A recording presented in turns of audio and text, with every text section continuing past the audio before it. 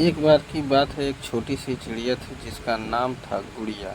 वो हर रोज आसमान में उड़ती और गुनगुनाती रहती, लेकिन उसे एक परेशानी थी, वो बहुत ऊंचाई नहीं उड़ पाते थे। एक दिन उसने देखा कि बड़ी बाकी चिड़िया बादलों तक पहुंच गई।